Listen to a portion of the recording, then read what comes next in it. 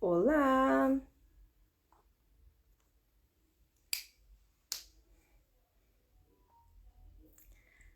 Boa noite, meu povo! Como é que vocês estão? Manda aqui. Vai ligar o ar.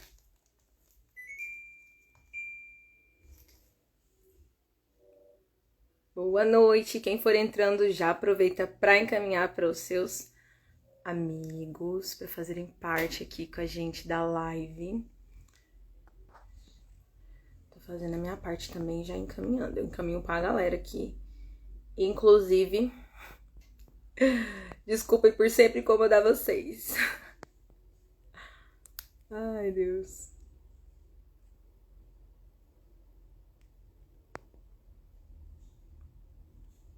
Quem for entrando aí também ajuda a compartilhar. Se quiserem também, tem como copiar os links, encaminhar para seus amigos no WhatsApp.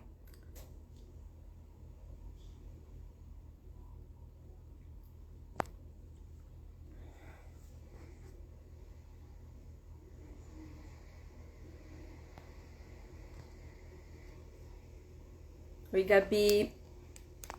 Eu já te adiciono, só um pouquinho, tá?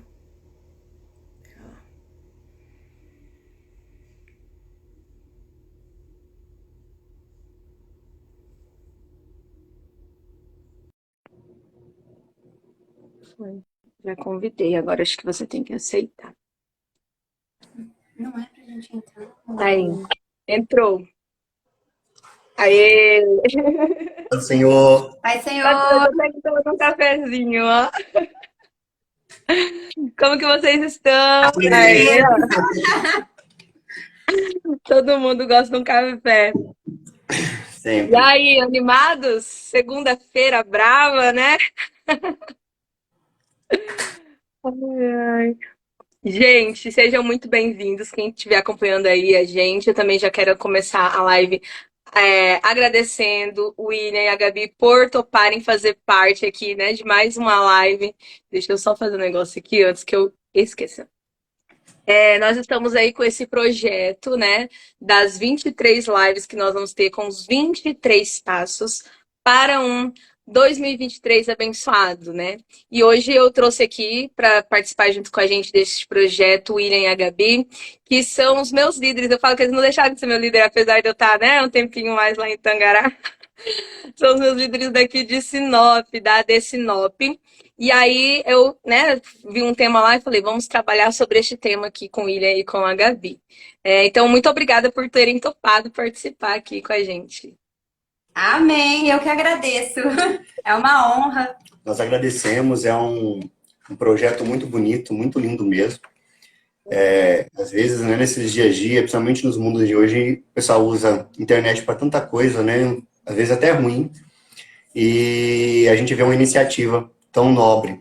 E isso é muito bom, porque nós temos uma ferramenta essencial para evangelismo, para falar de Deus, para falar de Jesus, para gritar aos quatro cantos como que ele é lindo, maravilhoso, como ele transforma. E tá vendo acontecer isso é muito bom. Amém. Bom, gente, então quem for entrando aí, já aproveita e compartilha com seus amigos também. Eu sei que tô vendo uma carinha de um povo aqui dos Conectados Sinop. Sejam todos bem-vindos. Manda para os seus amigos que hoje a gente vai falar sobre um tema muito importante, né? O tema de hoje, nós já estamos na live 18, olha só, tá chegando nas últimas em breve, a gente conclui o projeto. Não fuja da guerra. E hoje nós queremos, eu até brinco, falei com a Gabi agora, falei, geralmente eu pego né, um exemplo só da Bíblia e a gente aplica, mas hoje nós teremos mais do que um exemplo para falar, né, sobre esse tema. Mas antes de começar falando das histórias, eu gostaria de ler um versículo que está lá em Efésios 6, no 12. Na verdade, esse aqui acho que é uma das partes bem conhecidas da Bíblia quando a gente fala sobre guerra, né? Que é a passagem sobre a armadura de Deus. Mas especificamente esse versículo diz assim: porque não temos que lutar contra a carne e sangue, mas sim contra os principados, contra as potestades, contra os príncipes das trevas deste século, contra as hostes espirituais da maldade nos lugares celestiais.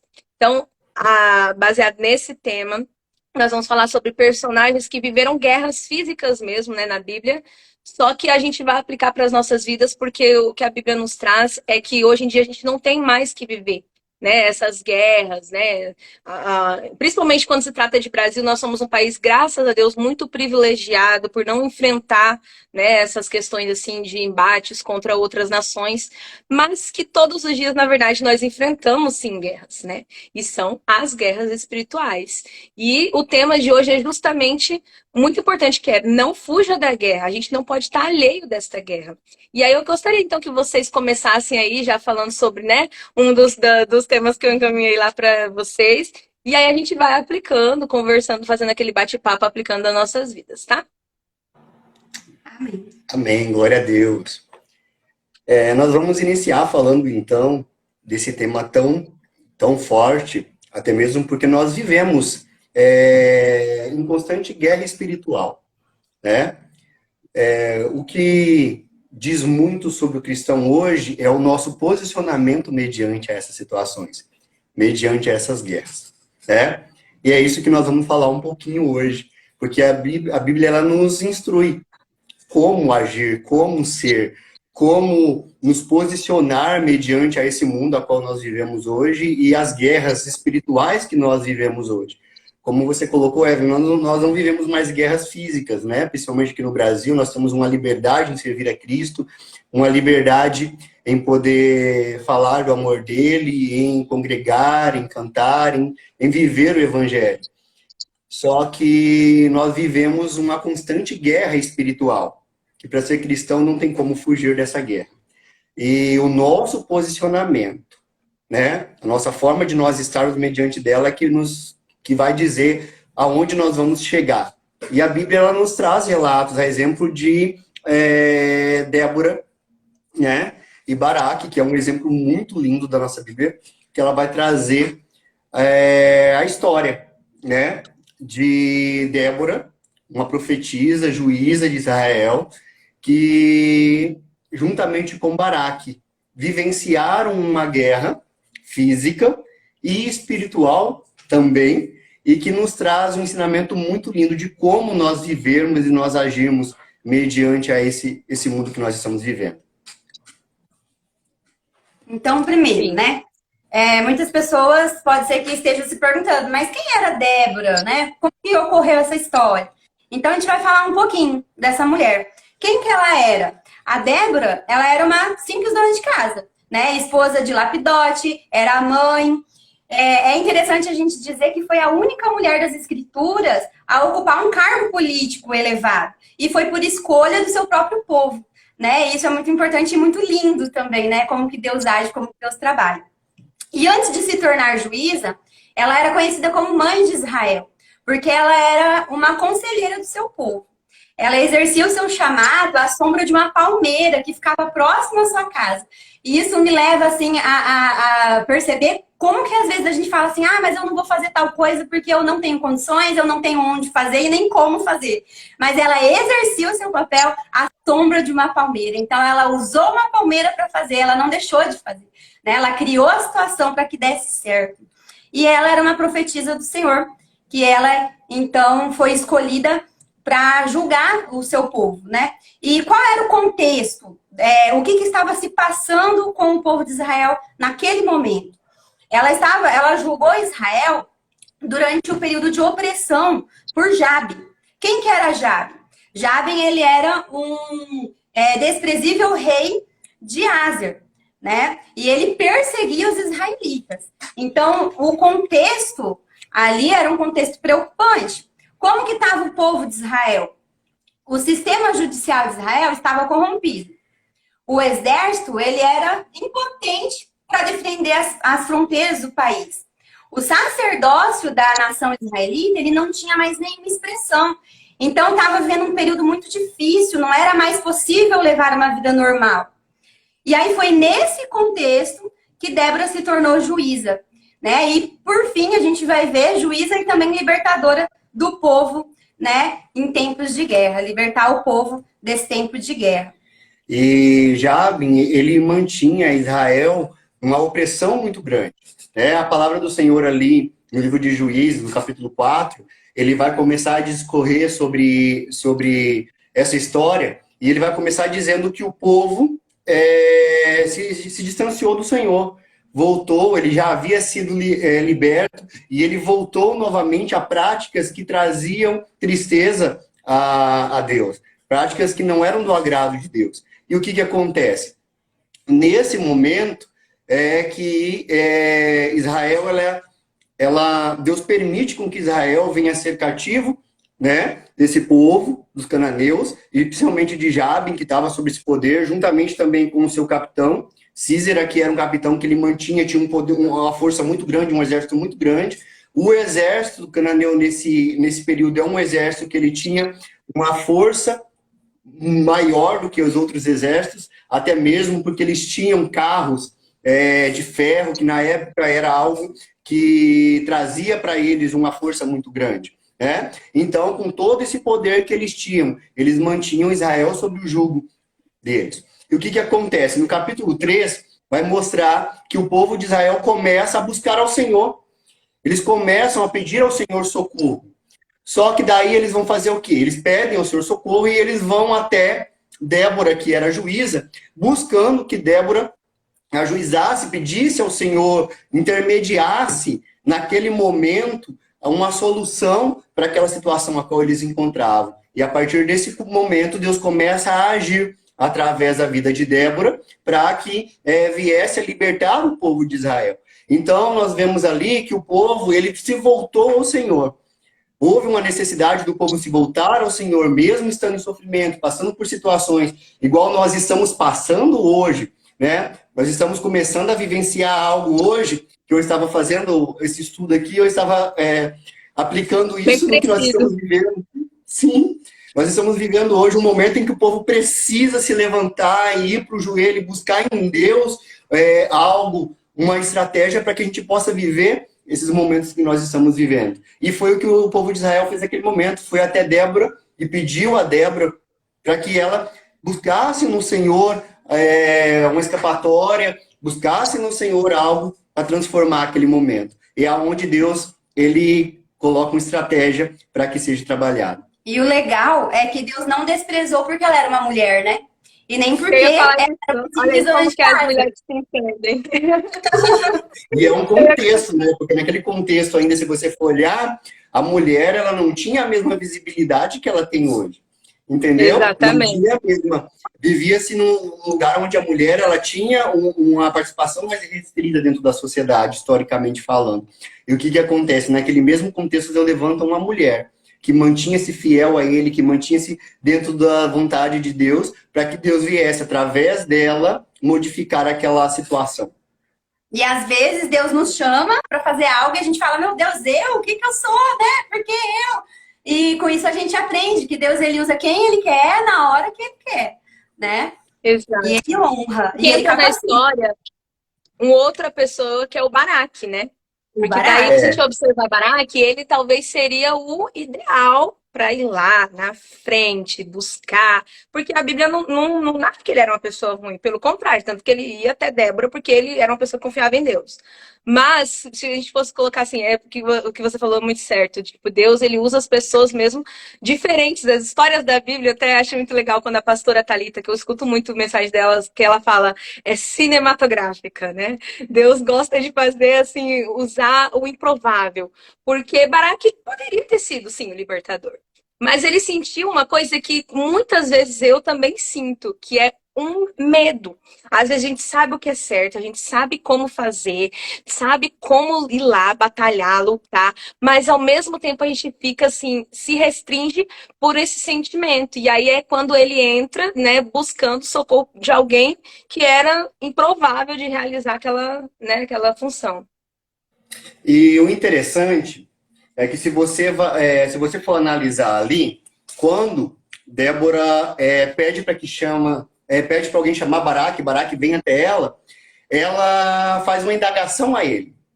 O Senhor já te ordenou. Então, ali deixa claro que Deus já havia falado a Baraque que ele não havia feito.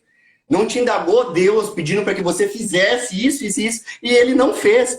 Então, o que acontece? Talvez ali por medo, talvez por receio, né? Mas o que aconteceu? Ele não fez, então Deus levantou aquela pessoa para que viesse cobrar daquilo. Daí o que acontece? Vai se discorrendo, e daí Baraque, o que acontece? Lá no versículo 8, né? Baraque, ele se pronuncia, ele fala assim, que ele não irá se ela não for. Se você for comigo, eu irei. Se você não for, eu não irei. Ali mostra o quê? Que ele não, naquele momento, não a falta de fé dele, mas justamente ele olhava para ele não via capacidade de vencer aquele exército. Porque ele pensava, o nosso exército está de uma determinada forma desproporcional. Eles têm carros de ferro, eles são mais fortes que nós, eles têm algo que nós não temos. E o que acontece? Naquele momento em que Débora se pronuncia, que Débora apresenta ele fala, mas você tem aquilo que nós precisamos, você tem Deus contigo, você tem a palavra com você. Daí, eu estava fazendo aqui, conversando com a Gabriela, e a gente fez uma aplicação, quando a gente fala das armaduras de Deus, quando a gente fala da palavra, né? A palavra com a espada da verdade, né? E daí você vê que naquele momento a ferramenta que ele precisava, que ele não tinha ali, que eram os carros de ferro, mas ele tinha a espada da verdade, que era a palavra de Deus. Que Deus falou, não, vai que eu vou ser com vocês, eu darei essa guerra a vocês. Então, por que ele chegou para ela? Não, se você for, eu irei. Porque ele via nela a palavra de Deus. Ele via que ali tinha, naquele momento, a presença que ele precisava, aquilo que ele precisava para aplicar a palavra de Deus e para que se cumprisse aquela palavra. Então, você vai junto. Deus usou você tem a palavra de Deus, você tem a presença de Deus, você vai junto. Porque ele não se via capaz, mas ele tinha fé. No tanto que ele é um dos que está lá na galeria da fé, no salão da fé, lá em Hebreus, se você for olhar, o nome dele está citado. Justamente por quê? Porque ele tinha fé de que iria acontecer. Ele não via nele essa capacidade. Mas ele trouxe consigo alguém que ele via essa capacidade de... Ele se sentia incapaz, mas ele viu que se a Débora fosse com ele, é como se Deus estivesse indo com ele. Então ele teve fé nisso. Para ir para a guerra. Porque ela era bem que um símbolo mesmo, né? Vocês comentaram, né? Para aquele povo todo ali, ela era uma inspiração, né? Eu diria assim. Às vezes a gente tem pessoas que a gente também se espelha, que busca e fala, nossa, se aquela pessoa fizer tal coisa, então eu acho que eu também posso fazer, né? A nossa vida é assim. E o que a gente também tem que, às vezes, cuidar, principalmente vocês que são líderes, né? É que, às vezes, tem gente que nos espelham. E aí eu fico lembrando daquelas coisas que estão escritas lá nas cartas, que é a tamanha nuvem de testemunhas que nos rodeiam, né? Muitas das vezes, eu até comento isso, com diversas lives eu falei, tem gente que não lê a Bíblia, não tem contato com a palavra de Deus, mas a gente é a Bíblia que essas pessoas leem. Então, o quão importante que é também nós mantermos que nem ela fez. Porque ela poderia ter falado para ele, não, vai você. Foi Deus mandou, foi você. Mas ela falou assim, não, beleza, então. Eu falei para ela que brincando, você viu? Ela podia ter falado assim, não, Deus mandou você, vai você se vira. Mas não, ela se colocou a fazer também. E ela tinha certeza que se Deus mandou, Deus estaria cuidando, né? Que daria tudo certo. E o interessante é que Deus usa ela nesse momento realmente como uma líder.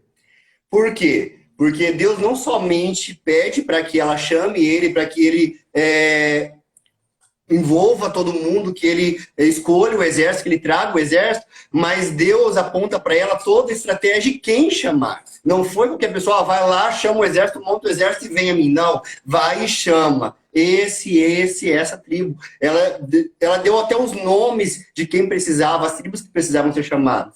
E o que acontece? Isso mostra, principalmente nós, dentro do ministério, a importância de nós aprendermos a ouvir nossos líderes, nossos pastores, né? Porque muitas das vezes nosso pastor dá uma ordenança. Faça desse jeito, a gente questiona. Não pode, entendeu? Faça. O pastor deu uma ordenança, faça. Por quê? Porque ele está sendo direcionado por Deus daquela maneira. Então ali ela estava dando uma ordenança a ele. E ele cumprindo aquela ordenança, fez com que eles viessem, né, no decorrer do texto, fez com que eles viessem à vitória.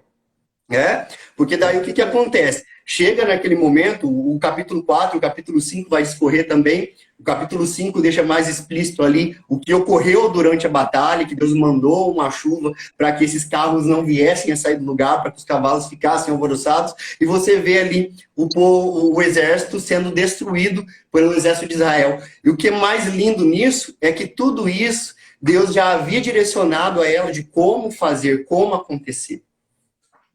Exatamente. Eu fiquei pensando Bom, nisso. Quando a pode gente falar, está Gabi. estudando, né? Às vezes a gente enfrenta uma batalha na nossa vida e Deus fala assim pra gente, vai. Só que nós queremos ir já sabendo tudo o que vai acontecer, né? Só que Deus só disse, vai. O resto é com Ele. E aí, por isso que às vezes é tão difícil pra gente, com o olhar humano, porque a gente vai com aquele pensamento, mas como que vai acontecer? É praticamente impossível, né? Mas Deus, ele já tem toda a solução. Deus, ele muda até o clima, ele muda o tempo, ele manda chuva, ele transforma a situação para que o nome dele seja honrado, né? Para que a vontade dele seja cumprida. Então, o negócio é a gente obedecer e eu quero confiar. anotei aqui é que Deus, gente, se ele nos manda para uma guerra, ele nunca vai mandar sem estratégia, né? E uma das que a gente até coloquei aqui, já vou até dar uma citadinha sobre ela, foi de Gideão, por exemplo. Gideão, logo no começo, ele já começou a fazer a seleção. Tudo mandado por Deus, né? Então sai toda a covardia, né? Os covardes e medrosos, a Bíblia deixa muito claro que não. Eu acho muito interessante também quando eles colocam eles para beberem a água, que é uma estratégia. Acredito eu que Deus pensou assim, vou ver se essas pessoas são vigilantes. Aqueles que estão ali, né, levando a água até a boca, têm condição de vigiar. Vigiar. Exato. E aí lá ele coloca todo mundo com a buzina pra, né? Porque antigamente, quando tinha, gente, guerras, uma quantidade X, agora não me falha a memória, não sei quanto que era apenas uma buzina para muitos soldados. Então, quando o Senhor manda só aqueles 300, que na nossa cabeça é só, na cabeça do inimigo, na verdade, então tinha 300 quantidades, né, imensas lá de soldados para lutar. Então, quando Deus nos manda para uma guerra, ele nunca vai nos deixar sem estratégia. E aonde arrumar essa estratégia? A Bíblia. A Bíblia é a palavra dele pra gente, né? Então, ele vai nos direcionar o que fazer, qual atitude tomar, se eu tenho um propósito para cumprir, se eu tenho uma oração de tantos dias para eu fazer, a estratégia Deus nos dá. Ele nunca simplesmente nos joga lá no campo da batalha e não é assim que funciona. Um exemplo disso a gente tem com Davi, por exemplo. Ele só conseguiu vencer o gigante porque antes ele precisou matar os outros, né? Que eu até queria que vocês comentassem um pouquinho, porque é um outro exemplo de guerra que o povo de Deus, lá na frente, né? Bem depois aqui da história de Débora, precisou enfrentar. Mas para Davi matar Golias, Deus preparou ele matando antes os ursos lá, cuidando das ovelhinhas do pai. E Davi, ele é um exemplo muito lindo disso, por quê? Porque Davi, ele é o improvável. Ele é aquela pessoa que ninguém dava nada por ele, né? E Deus mostra em Davi que não é a pessoa, mas que é Deus através da vida dela que faz acontecer. E daí o que acontece? Deus mostra, através da vida de Davi, através da história de Davi, algo que nós temos que vivenciar como cristão. Que é o quê? Pequenas batalhas. Que às vezes parece nem ser tão pequenas assim, e o que acontece? A gente se sente tão pequeno, a gente enfrenta alguma coisa ali, Deus nos capacita e a gente vence aquilo ali.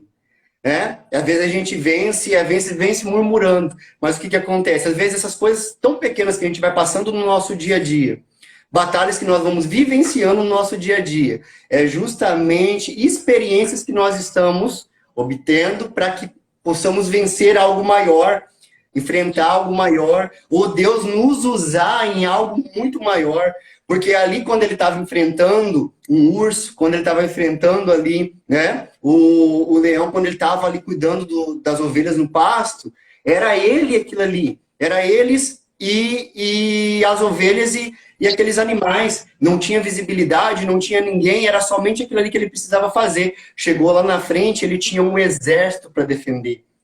Ele tinha uma nação para defender. Ou seja, em nome do Senhor Jesus, em nome do Senhor Deus, que ele vai, eu vou a ti em nome do Senhor Deus. E o que acontece? Naquele momento, ele está engrandecendo o nome do Senhor, toda uma nação está sendo é protegida, toda uma nação está sendo defendida através da atitude dele. Então nós temos que aprender a viver fases da nossa vida. Existem fases onde Deus vai mandar a gente lá para cuidar de ovelhas, lá no meio do mato, no anonimato, sem ninguém saber de nada. E você vai enfrentar coisas que só você e Deus sabe que você vai enfrentar ali. Entendeu? São fases que a gente precisa vivenciar. Aquela fase onde você vai estar sozinho, onde não vai ter ninguém, onde ninguém te vê, onde não importa, mas você vai ter que ter o teu tete-a-tete com Deus da mesma forma, porque lá você vai vivenciar coisas que é só você e Deus. Mesmo você sendo pequeno, tem batalhas que a gente vivencia dentro de nós mesmos, entre nós mesmos, que são coisas que nós precisamos vencer, que Deus precisa trabalhar em nós, que precisa modificar em nós, fortalecer em nós. Daí lá na frente a gente vai entender que aquilo que nós vivemos lá atrás era só um preparativo, era experiências para aquilo que Deus quer nos mostrar aqui na frente. E chegou um momento ali, na visão de todos, diante de um rei que ali estava, onde Deus usou a vida de Davi para vencer aquele gigante. Aonde Davi, ele foi visto, Deus foi honrado através da vida dele. Mas ninguém sabe o que Davi tinha passado lá atrás. Somente Davi sabia. Entendeu? Então isso é lindo demais. Davi, assim, é uma história que ela explica muito bem, ela exemplifica muito bem essa vida cristã, principalmente essa batalha diária. E isso vai discorrer lá na frente, né? Quando Davi também chega no momento onde ele se torna rei. Aonde ele está, aonde Deus eleva ele, ele chega num status lá onde ele tem tudo, onde ele é um líder. E o que acontece? Nesse momento ele entra numa coisa que nós, crentes, muitas das vezes nos deixamos entrar, que é o comodismo, que às vezes nos deixamos por esquecer das promessas de Deus e das ordenanças de Deus, né? Quando Davi, por exemplo, ele deixa de ir guerrear para ficar no castelo, para ficar ali no seu reinado. Ele manda o exército e ele fica. Naquela época, era obrigatório que o rei tivesse à frente, que o rei tivesse, o primeiro, ele tinha que estar à frente do seu exército. A Bíblia deixa claro que era o momento, porque pelo que se conta a história, tinha os momentos certos que os reis iam para a guerra, né? E ali a Bíblia deixa muito narrado, chegou o tempo dos reis saírem, né? Ou tem algumas versões que falam, saírem para a guerra. Mas o que Davi faz? Ele ignora, né? E fala, vou mandar meu povo aqui, acho que eles estão bem preparados. E aí nós vemos a narrativa, para quem quiser aí saber onde que tá lá em 2 Samuel 11, de uma das piores coisas que Davi fez, que foi quando ele cometeu o adultério com Batseba, né? E aí todo desencadeou muita destruição na família dele depois disso. Tudo porque ele não foi no momento. E isso que você falou sobre o comodismo é muito interessante, porque às vezes a gente, né, que nem eu vou falar, principalmente no meu caso, que a gente tem que falar da gente, né? Eu nasci na igreja, né, entre aspas, tá, gente? É no hospital, eu sei que rola essa piadinha aí, nasci na igreja, no hospital. Mas às vezes a gente quer pedir crente a vida toda, né? Desde a infância, já meio que a gente se acostuma com Jesus. E não pode ser assim.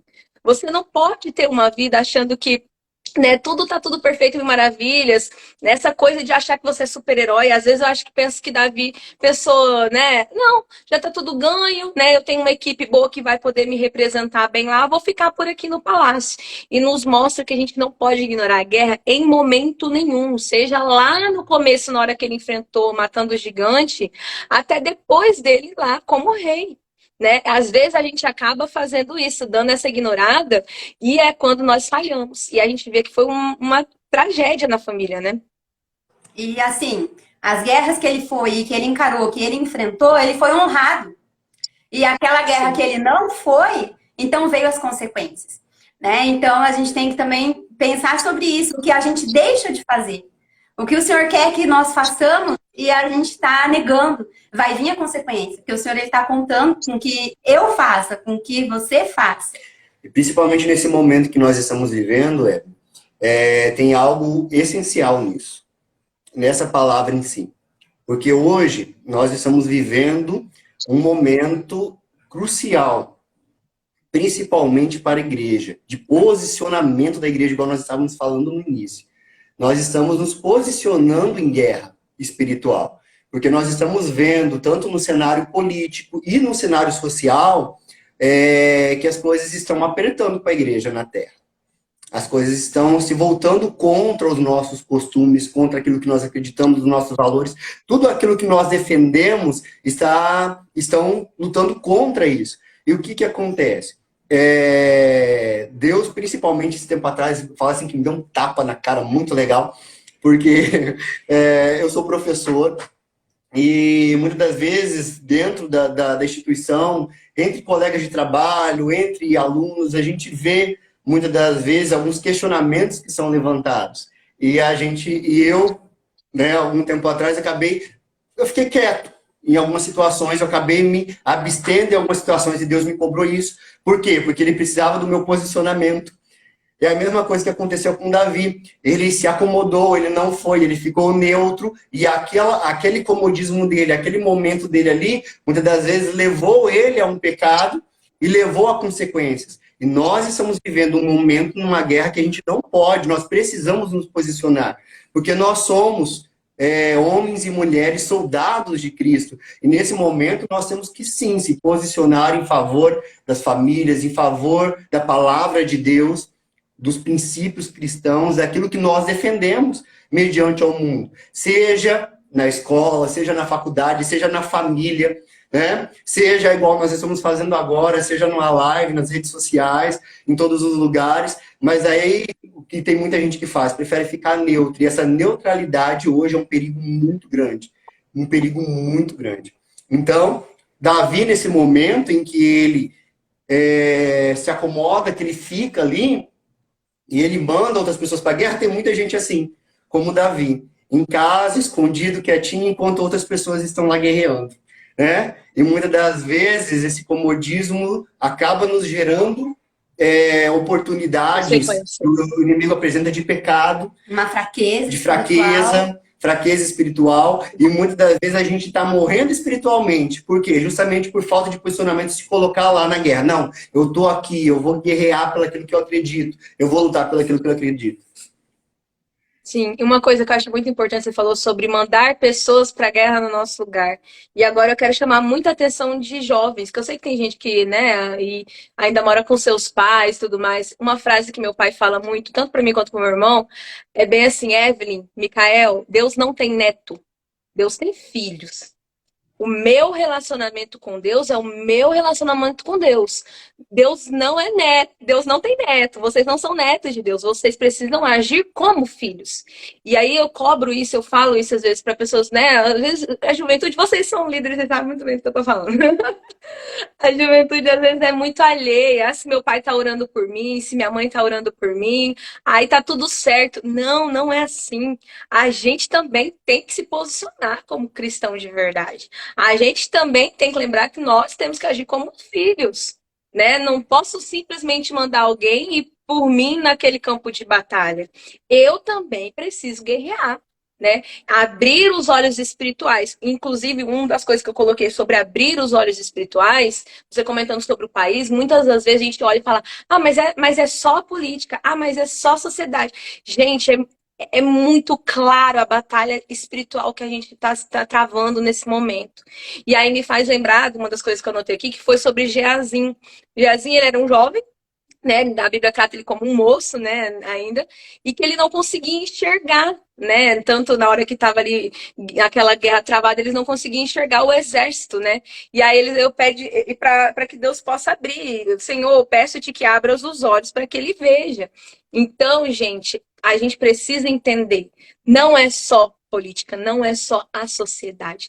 A guerra espiritual nas nossas vidas, ela tá travada. O que a gente precisa nesse momento é abrir os olhos e se posicionar, né? Que nem o William e a Gabi comentaram aí. É verdade. E o interessante disso, entrando, né, nessa história, Eliseu, nesse momento, ele é um líder. E aí entra novamente o que eu falei anteriormente. Muitas das vezes, Eliseu estava calmo. Tinha um exército todo ali que queria matá-lo, que estava procurando, que queria aprisionar ele, levar ele, justamente porque Deus havia usado ele para frustrar as estratégias do rei da Síria. E o que acontece? Nesse momento, ele está tranquilo. Porque o moço, ele levanta, ele vai, ele vê todo aquele exército, ele fala, e agora o que nós vamos fazer? Ele se desespera. Ele falou, você não vê que quem está conosco é maior do que está com eles, né? Senhor, abre a visão dele, abra os olhos para que ele veja.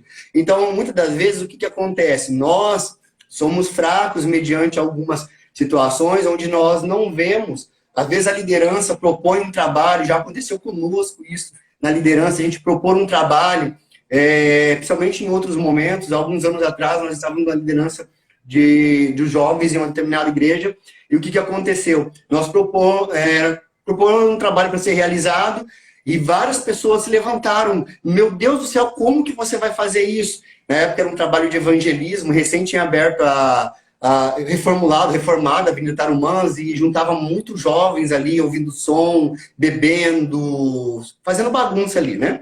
E nós falamos, vamos fazer um trabalho de evangelismo ali. Vamos juntar os jovens, vamos pegar o violão, vamos pegar os instrumentos, vamos lá evangelizar. E algumas pessoas se levantaram contra nós.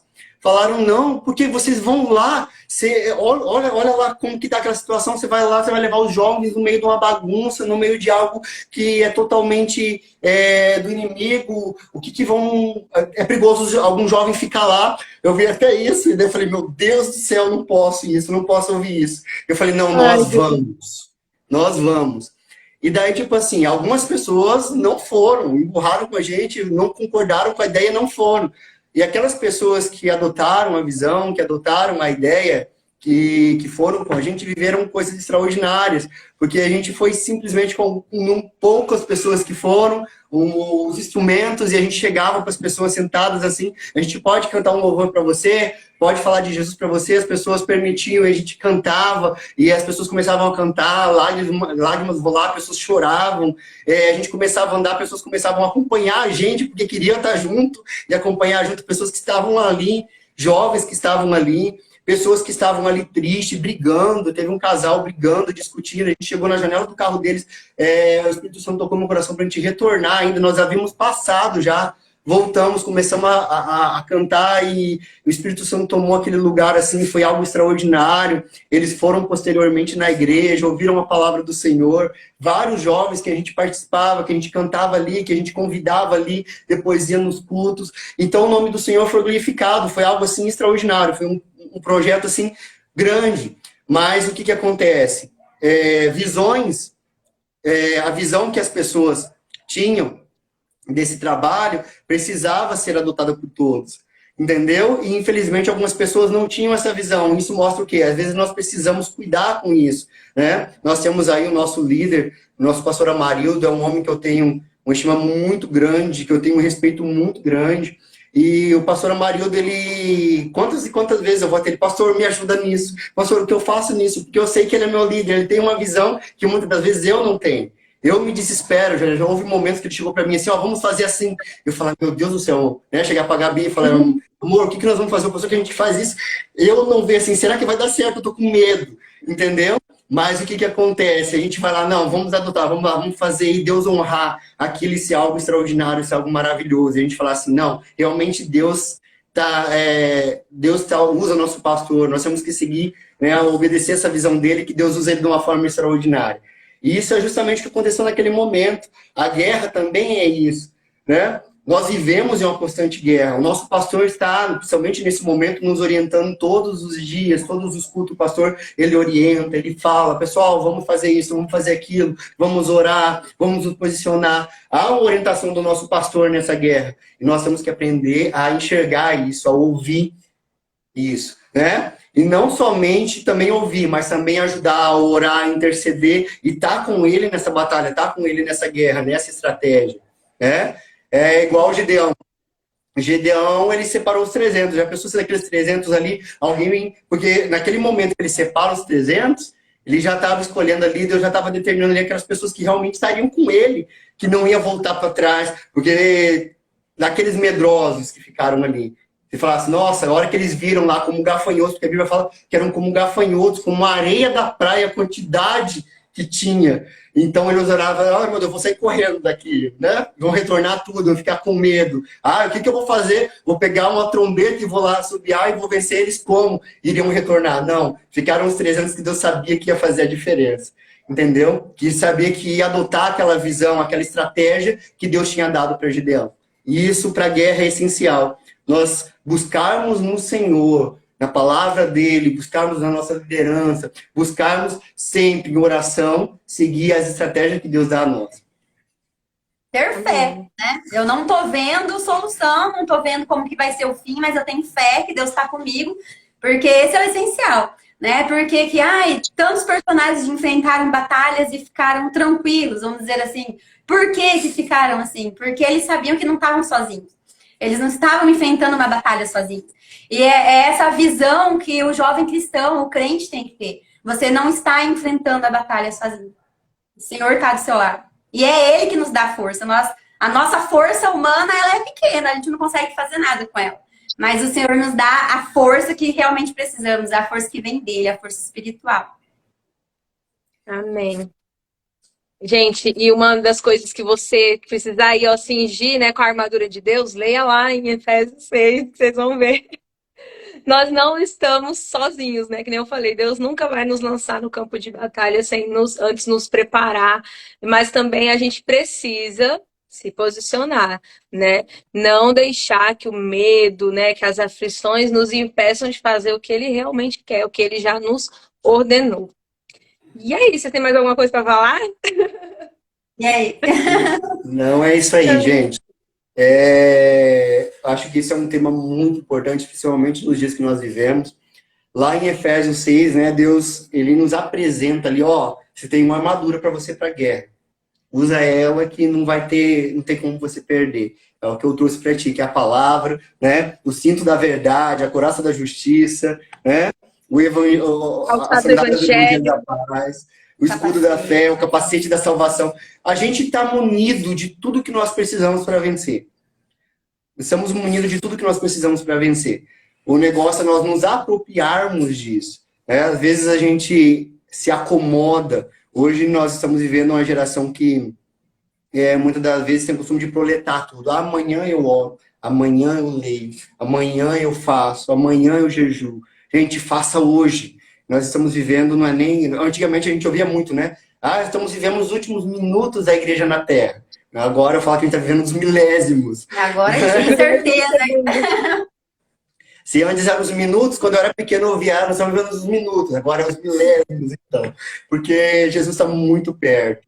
E ele precisa de jovens, homens, mulheres fortes, guerreiros, aqueles que realmente estejam prontos a se colocar à disposição do reino para essa batalha. Para nesse último momento lutar contra principados, contra potestades, em oração, em jejum, em consagração, e levando a palavra do Senhor, resgatando vidas, né? Hoje nós vivemos, e nós estamos vivendo momentos em que pessoas estão morrendo ao nosso lado. Nós precisamos cuidar dessas pessoas. Eu sou professor, trabalho numa escola de ensino médio, principalmente, que é ali jovens, né, adolescente para a juventude. Então você vê um número muito grande de jovens se cortando, se automutilando, jovens em depressão, jovens em ansiedade. O inimigo tem ceifado sonhos, ceifado vidas, pessoas que estão largando tudo, assim, abandonando tudo. E nós, como igreja, nós temos que ser luz, nós temos que ser sal para essa galera e falar assim, ó, tem jeito ainda, Deus pode mudar, Deus pode fazer. Então basta crer que Deus tem salvação para a tua vida. Né? E não guardar para nós essa salvação e simplesmente gritar aos 4 cantos aí, ó, Jesus pode, Jesus salva, liberta, cura, batiza e quer te levar para o céu, quer mudar a tua vida, né? E vem junto povoar o céu com a gente. É isso aí. Gente, então, mais uma vez eu quero agradecer vocês por terem topado participar aqui desse projeto comigo. Deixa eu só ver aqui quem que já entrou, deu uma participada aqui, deixa eu ver. Comentou aqui Samuel. Tem bastante gente que acabou entrando, às vezes nessa live, quem mais colocou aqui? A Andressa também, a pastora Carla acho que tá aqui. Deixa eu só ver quem que tá aqui agora para eu mandar um alô.